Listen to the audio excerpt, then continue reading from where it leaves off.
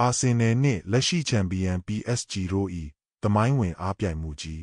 2026ခုနှစ်မေလတွင်ကျင်းပမည့်ဥရောပချန်ပီယံလိဂ်ဗိုလ်လုပွဲသည်ဘောလုံးလောက၏စိတ်လှုပ်ရှားစရာအကောင်းဆုံးဖြစ်လာဖို့ရှိနေတယ်။ဘာလို့လဲဆိုမနစ်ကားမှာကလပ်သမိုင်းတွင်ပထမဆုံးအကြိမ်အဖြစ်ချန်ပီယံလိဂ်ဖလားကိုသိမ်းပိုက်ထားနိုင်တဲ့လက်ရှိချန်ပီယံ PSG အသင်းနှင့်ဥရောပကရင်ဖြစ်ခွင့်ကိုတစ်ကြိမ်မှမရဘူးသေးတဲ့ပထမဆုံးသမိုင်းဦးဖလားအတွက်စာလောင်နေသည့်အာဆင်နယ်အသင်းတို့ထိပ်တိုက်တွေ့ဆုံနေတာဖြစ်သည်။နှစ်သင်းစလုံးလည်းလပေါင်းများစွာကြာမြင့်သောပြိုင်ပွဲကာလအတွင်းဥရောပတလွှားနာပွဲစဉ်ပေါင်းဒါဇင်ပေါင်းများစွာကိုခက်ခဲစွာဖျက်ဆီးပြီးမှဘူဒါပက်စ်မြေသို့ရောက်ရှိလာခဲ့တာဖြစ်တာဆိုတော့မန်နေဂျာအာဒီဒါစနစ်ကျပြီးကြစ်လစ်လာပါတဲ့ဗျူဟာနဲ့သမိုင်းဦးဖလားအမဲလိုက်မိအာဆင်နယ်နှင့်ဝင်းတို့ရဲ့ချန်ပီယံဆိုတဲ့ဂုဏ်ပုဒ်ကိုဆက်လက်ထိန်းသိမ်းပြီးဥရောပကိုစိုးမိုးထားခြင်းသည့် PSG တို့၏အားပြိုင်မှုဟာကမ္ဘာတဝန်းရှိပရိသတ်တန်းပေါင်းရာချီကိုရင်ခုန်သံမြန်ဆန်စေမှာပါ။သမိုင်းဝင်ပေါ့ရှ်ကတ်အားကစားကွင်းကြီးဒီကြီးကျယ်ခမ်းနားတဲ့ဗိုလ်လုပွဲကြီးကိုဟန်ဂေရီနိုင်ငံဘူဒါပက်စ်မြို့ရှိ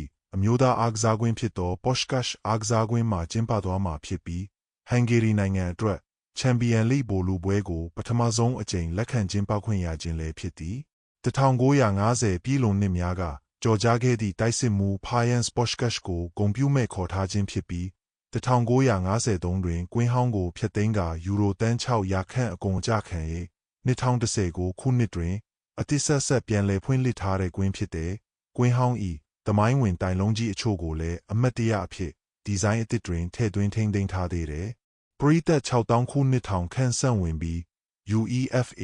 အမြင့်ဆုံးစံချိန်စံညွှန်းများနှင့်ကိုက်ညီအောင်တည်ဆောက်ထားတာဖြစ်တယ်။ပရိသတ်တွေကိုကွင်းတွင်းသို့ပိုမိုနီးကပ်စေသည့်မက်ဆောက်ကျစ်လစ်သောထိုင်ခုံတန်းတွေအတန်ကိုကွင်းထဲ၌ထိန်းချုပ်ထားနိုင်တဲ့တံမဏိအမိုးကြီးနှင့်အယောင်ပြောင်းလဲနိုင်သောပြင်ပမီးစနစ်တို့ကြောင့်ပြိုင်ပွဲအငွေ့အသက်ကိုအကောင်းဆုံးဖန်တီးပေးနိုင်အောင်မှာဖြစ်တယ်။ကိုဗစ်ကာလယူရို2020ပွဲစဉ်များနှင့်2023ယူရိုပါလိဂ်ဗိုလ်လုပွဲတို့ကိုပရိသတ်အပြည့်ဖြင့်အောင်မြင်စွာလက်ခံကျင်းပနိုင်ခဲ့တာကြောင့်ဘူဒါပက်စ်မြို့၏တည်ယူပို့ဆောင်ရေးလုံခြုံရေးနှင့်စီမံခန့်ခွဲမှုပိုင်းကို UEFA ကအပြည့်အဝယုံကြည်စိတ်ချခဲ့ခြင်းဖြစ်သည်